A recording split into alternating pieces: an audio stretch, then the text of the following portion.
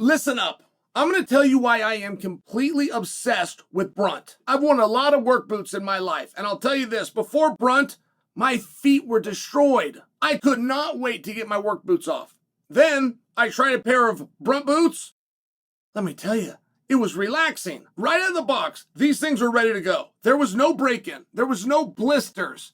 Right away, they fit so we could work. Comfort meets protection, meets durability, all in one. And these are not just any boots. These babies are built for the job site. Slip resistant, heat resistant, waterproof. They got it all. They are even electrical hazard rated. Whether you're rocking the Marin with its 6-inch soft toe, total powerhouse, or the Omen, lightweight, water resistant with all the features you need. I'm telling you, you're gonna get boots as comfortable as your sneakers, but as durable as real work requires. Over 500,000 folks have already joined the Brunt crew, trying them on the job risk-free with free shipping. Guys, check them out, but don't wait, because they're going fast for the holidays, and the holidays are right around the corner. Limited edition styles are dropping all month, and they're gonna sell fast. Treat yourself or the hardworking man in your life to something built to last. And hey, all my listeners get $10 off using code Chael at checkout. That's bruntworkwear.com. Use code Chael to get $10 off.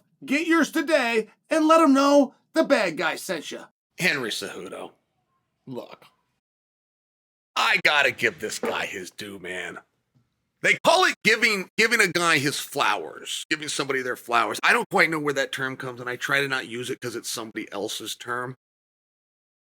But I don't know a better term, man. We got to stroke his ego, right? We got to tickle Henry's balls a little bit here. What a career. What an absolute career. Now, he calls himself the king of cringe. I think that might be true. And he calls himself the greatest combat athlete of all time. That might also be true. There's something in our sport that is very coveted, known as a world championship. And there's something that is held to a higher esteem, which is a double championship.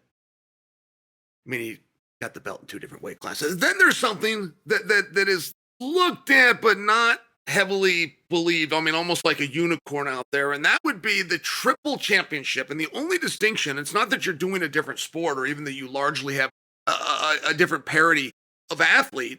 It's just the weight classes. And I just want you guys to know, when Henry won the Olympic Games, he did that at a different weight class. What you saw him do was at 135 pounds and at 125 pounds. The Olympic Games was at yet a different weight class of 121 pounds. And therefore, if the great unicorn in this sport is 3 different weights, I just want you to hear that that's what he did. I get it's not, I get where we're all at, but I just wanted you to know that. When Henry became the youngest Olympic champion in U.S. history, a distinction of which Gable Steveson by a number of weeks and days was able to beat, but that was at 125 pounds in freestyle wrestling. Very, very, very interesting. Very interesting spot.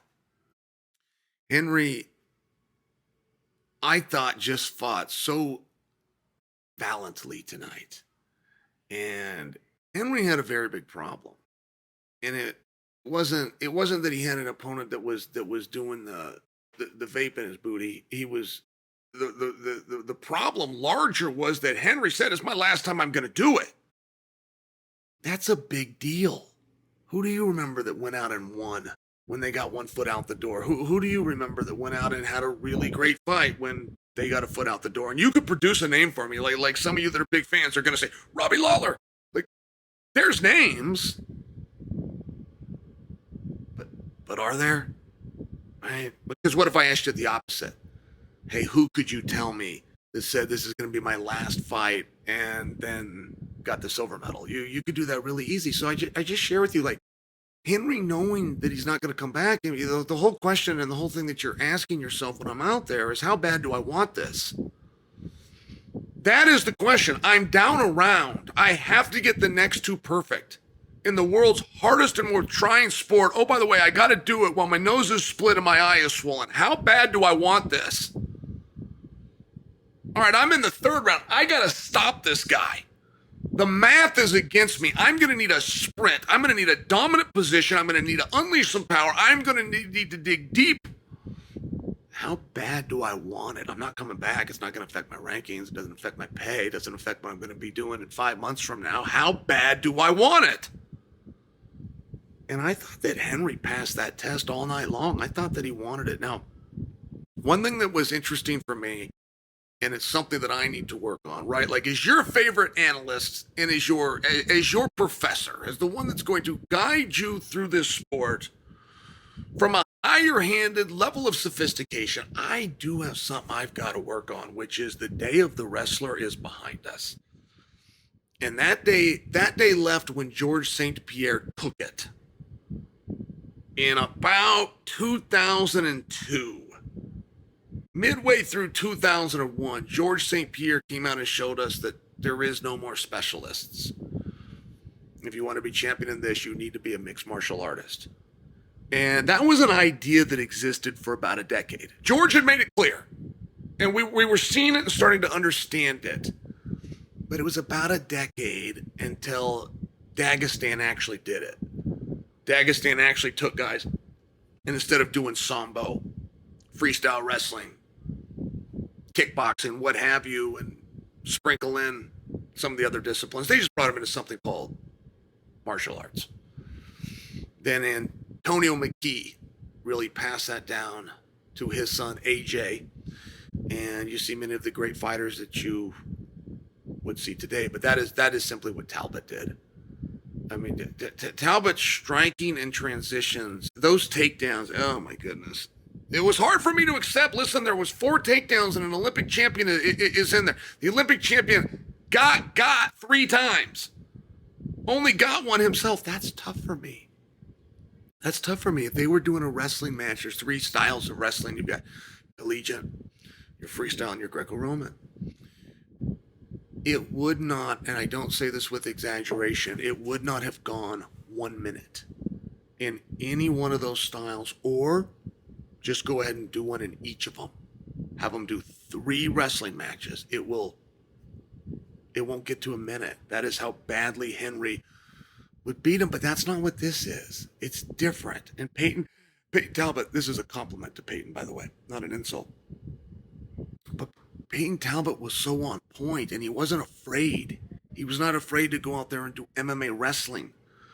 It doesn't matter who the Olympic champion is. MMA wrestling is not wrestling, and that's the part that I've got to accept. It is not the turn of the century with George St. Pierre. It's not 2012 with Dagestan. It's 2025, and you've got these very elite fighters like Peyton Talbot. They can do just a little bit of everything, but that's what the sport is. It's a very exciting, it's a very beautiful thing. When Henry needed a score, when Henry's got to get on the board, he went to the striking. He would start throwing a little bit harder kicks, or he would start setting them up and throwing harder lefts and rights. And it made for a very entertaining and very, very valiant effort. But it was a surprise to me that our Olympic wrestling champion, when he needed a score, did not go to wrestling. Just an observation. But I was very impressed. I was very impressed with Peyton Talbot. I mean, I will tell you in all fairness, before the fight, I thought it was a little bit weird to take a vape through your butt. After the fight, I still do, but it's less weird. It's less weird. Like, that had a level of success tonight over one of the greats to ever do it. So, you know, it's still weird, but it's less weird.